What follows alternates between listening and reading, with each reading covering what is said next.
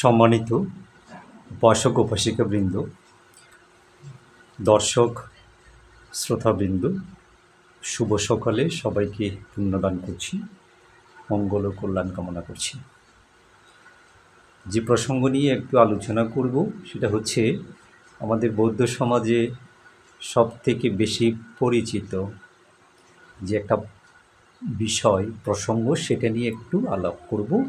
সেটা হচ্ছে, আপনারা জানেন আমরা যখন কোনো ধর্মীয় অনুষ্ঠান করি, বিশেষ করে সংকদান, অষ্টপরিষ্কার দান, এমনকি কোনো ভিক্ষুকে যদি ছয়ং দান করি, ওই সময়ে আমরা একটা তারাপই আমরা উপস্থাপন করি, দান করি, যেখানে কিছু ভোগ্য পণ্য থাকে। যেমন একেবারে কমন বিষয়, বাধ্যতামূলকভাবে যেগুলি থাকে, চাল থাকে, কলার কান্দি থাকে, ডাব বা নারিকেল থাকে, তারপরে পান সুপারি থাকে। আমরা সেখানে একসময় সিগারেট এগুলো দিতে দেখেছি, এখন দেখা যায় না, বলতে বলতে এটা খুব বেশি দেখা যায় না। এই বিষয়গুলো নিয়ে মূলত যে পূজার ডালি সাজানো হয়, সেটাকে ধর্মীয় ভাষায় তারাপই বলা হয়, তারাপই বলে। কেন তারাপই? আবার আপনি দেখবেন এটা কিন্তু পুরোহিত নামেও বহুল আলোচিত এবং পরিচিত। মানে পুরোহিত বলা হচ্ছে ওনাকে, কোত্থেকে কী কানেকশানে এই তারাপইকে পুরোহিত বলা হচ্ছে, সেটাও কিন্তু আলোচনার দাবি রাখে। আজকে সেদিকেও একটু আলোকপাত করব, গুরুত্ব দেব। তার আগে আসুন জেনে নিই এটা কী অর্থে তারাপই, এটা কেন দেয়া হয়। তারাপই, যেমন তারা, তারা এটা কি? পৈত পূজা, তারা, তারাপই। হ্যাঁ, যেমন আমরা দেখি বার্মিজদের আমরা বলতে দেখি ফারা তারা সাঙ্গ, ফারা তারা সাঙ্গ। ফারা বুদ্ধকে সম্বোধন করা হয়েছে, ফারা তারা ধর্ম সাঙ্গ, সঙ্গ, ফারা তারা সাঙ্গ। এটা কিন্তু তাদের মধ্যে খুবই প্রচলিত একটি শব্দ। এখন দেখুন তাহলে আমরা কি পাচ্ছি, ফারা তারা সাঙ্গ, বুদ্ধ ধর্ম সঙ্গ, বুদ্ধ ধর্ম সঙ্গ, পই পূজা, মানে ধর্মকে পূজা। কি দাঁড়ালো? ধর্মকে পূজা দেওয়ার উদ্দেশ্যে আমরা এটা সাজাই, যার নাম তারাপই, তারাপই। আচ্ছা, এখন আমি কিন্তু এটার মূল বিষয়টা, কেন এটা সাজানো হয়, এটা কেমন হতে পারে, এটা নিয়ে কিন্তু আলোচনা করব একটু। তার আগে দেখুন এখানে লক্ষণীয় যে সেই পরম্পরা, পরম্পরা অনেক সময় থেকেই, বছরের পর বছর আমরা এটা অনুকরণ করে আসছি। কবে, কখন, কায় বা কারা এটা এইভাবে প্রচলন করেছিলেন যে চাল থাকবে, এখানে নারিকেল বা ডাব থাকবে, তারপরে কলার কান্দি থাকবে, পান সুপারি থাকবে, একসময় বিড়ি সিগারেটও দেখা যেত। এগুলা নিয়ে তারাপই সাজানো হয়, মানে এগুলা নিয়েই ধর্ম পূজা করতে হবে। এটা এক ধরনের স্বীকৃত ব্যাপার হয়ে গেছে সমাজে, সব জায়গাতে। অর্থাৎ আমরা এগুলা নিয়ে ধর্মকে পূজা করছি। কোনো একটা অনুষ্ঠান যখন হয়, ওখানে বুদ্ধ পূজা হয়, ওখানে সঙ্ঘকেও পূজা করা হয়। তো ধর্ম কেন বাদ যাবে? তো ধর্মকে এইটা দিয়ে, তারাপই নামে এটা দিয়ে পূজা করা হয়, এবং এটা বার্মিজদের মধ্যে এটা খুব বেশি দেখা যায়, এবং সবখানে এটা মোটামুটি দেখা যায়। কিন্তু ব্যাপার হলো এখানে বাধ্যতামূলকভাবে এগুলো দিয়ে কেন এটা সাজাতে হয়। এখন ধর্মকে আমাকে চাল দিয়ে, কলার কান্দি দিয়ে, ডাব নারকেল দিয়ে পূজা করতে হচ্ছে, আবার পান সুপারি দিয়েও, আবার ধূমপান দিয়েও পূজা করতে হচ্ছে। তাইলে বিষয়টা কেমন দাঁড়ালো? তো আমার বিচার বিশ্লেষণ বলছে, আমি যেটুকু আন্দাজ করছি, এটা কিন্তু আসলে কোনো না কোনো সময় আমাদের কোনো ভিক্ষুর এখানে সংযুক্ত থাকতেই পারেন এবং পরামর্শ থাকতে পারে। এবং এখানে দেখবেন আপনি যেগুলি ব্যবহার্য সামগ্রী ভিক্ষুর কাজে যায় মতো, চাল কাজে যাবে, কলা কাজে যাবে, তারপরে নারিকেল বা ডাব এটা ব্যবহার করা যায়। তো পরবর্তীতে ওই সময়ে, তো একটা সময় তো আমাদের ওই ভান্তেরা, বিশেষ করে বার্মিজ যারা ভান্তেরা থাকতেন, খুব বেশি পান চিবাতেন, ধূমপান করতেন। এটা খুবই ন্যাচারাল একটা ব্যাপার ছিল, স্বাভাবিক একটা ব্যাপার ছিল।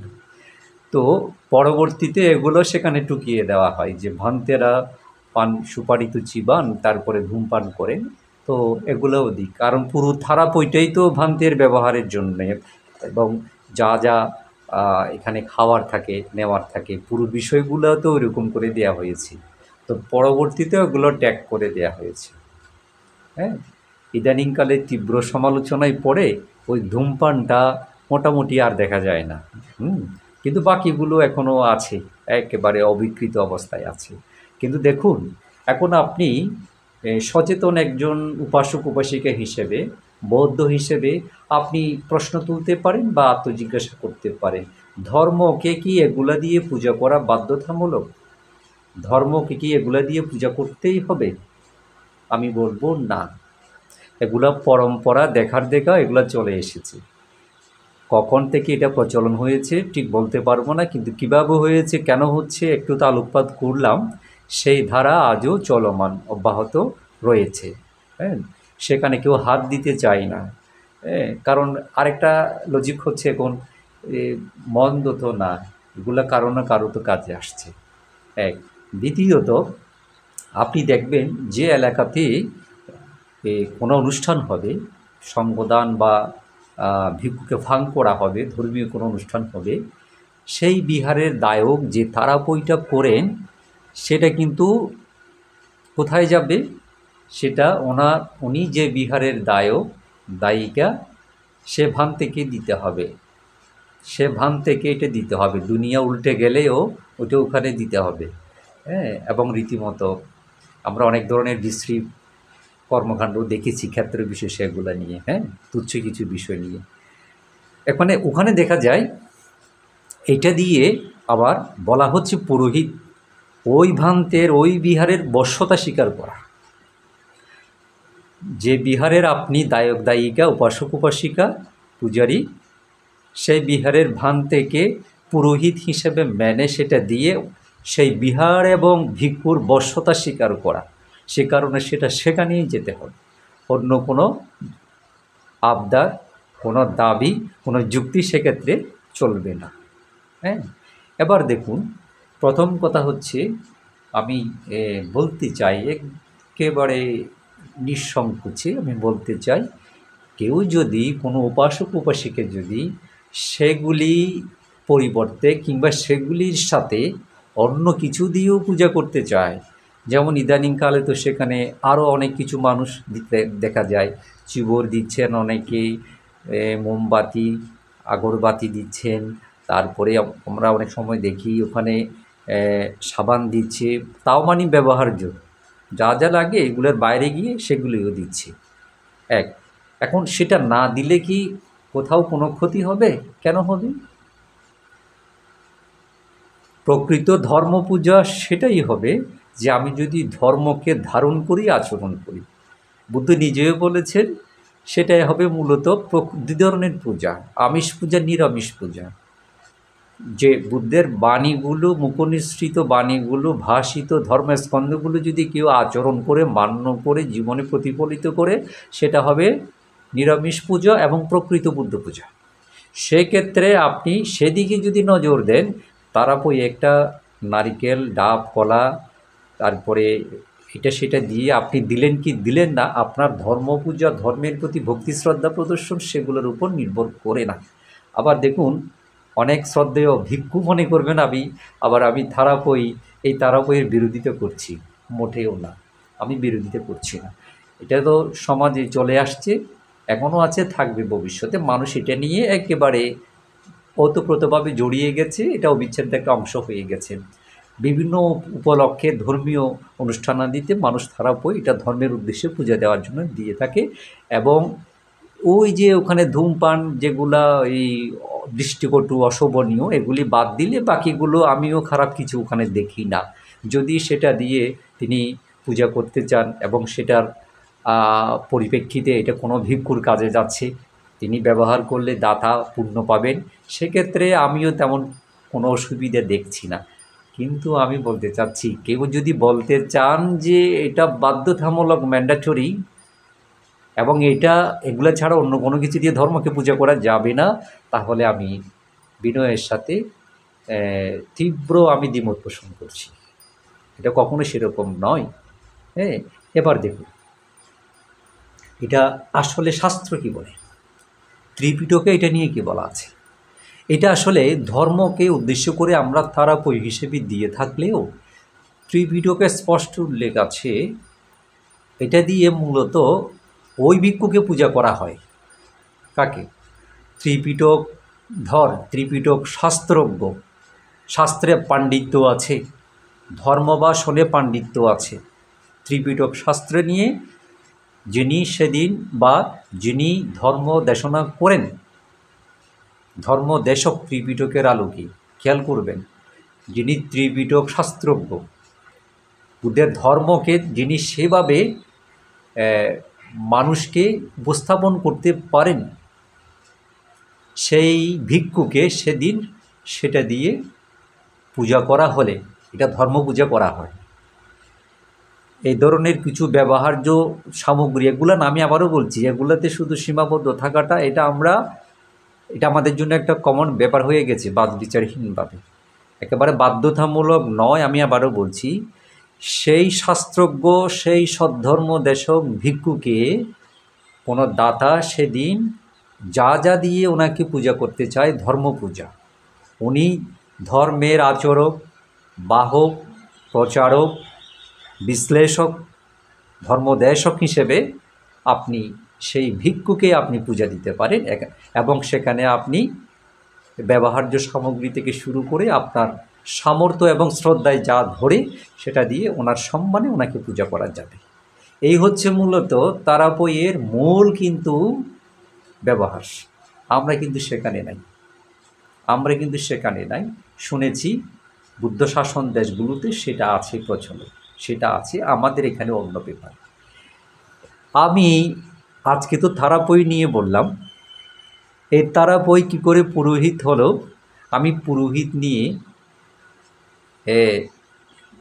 ভিক্ষুরা আমরা যে পুরোহিতের আসনে বসে গেলাম, এটা নিয়ে আমি আলাদা একটা ভিডিও করব, আলোচনা করব। এখানে আজকে এটা আর আলোচনা বাড়াতে চাই না, কলেবর বাড়াতে চাই না। আমি শুধু তারাপই নিয়ে একটু আপনাদেরকে বললাম, ধারণা দিলাম যে ব্যাপারটা এরকম। আমি এটাও বলছি যে কোনো শ্রদ্ধেয় ভিক্ষু অথবা কোনো সচেতন উপাসক উপাসিকার এ নিয়ে যদি মত থাকে, প্রশ্ন থাকে, মন খুলে প্রশ্ন করুন এবং আমাকে জানান। আমার ভুল হলে আমিও শুধরে নেব, অথবা আমার যদি কিছু যোগ করার থাকে আমি যোগ করব। আমি পরিশেষে এটাই বলবো, আমরা যেন অন্ধ অনুকরণ না করি। আমরা অন্ধ অনুকরণ করেছি বলে আমরা বিচারহীনভাবে আমরা তারাপইয়ের সেই চূড়ার উপরে আমরা সিগারেট ঝুলিয়ে দিয়েছি দীর্ঘ সময় ধরে, আমরা এখনও পান সুপারি ঝুলিয়ে দিচ্ছি। হ্যাঁ, এগুলি কিন্তু যথেষ্ট বিতর্ক এবং প্রশ্নের উদ্বেগ সৃষ্টি করে। আমি ধর্মকে কি দিয়ে পূজা করব? একজন শাস্ত্রজ্ঞ, একজন পণ্ডিত, একজন বিজ্ঞ দেশককে, বুদ্ধের বাণী বিশ্লেষককে আমি কি সত্যিই ধূমপান দিয়ে পূজা করব? পান সুপারি দিয়ে পূজা করতেই হবে আমাকে? এই বিষয়গুলো নিয়ে আমাদের চিন্তা ভাবনা করতে হবে। হ্যাঁ, আসুন আমরা সচেতন হই। আমরা অবশ্যই পূজা করব, ধর্ম করব, কিন্তু আমরা ব্লাইন্ডলি, আমরা অন্ধের মতো অন্ধভাবে কোনো কিছু অনুকরণ করব না। যেটা সার, যেটা সুন্দর, যেটা প্রয়োজন, যেটা দৃষ্টিকটু নয়, যেটা সৌন্দর্য আছে, মাধুর্য আছে, যেটা সবার সাথে যেটা ভাগাভাগি করা যায় আমরা সেটাই করব। সকলে ভালো থাকবেন, অনেক ভালো থাকবেন। জগতের সকল প্রাণী সুখী হোক।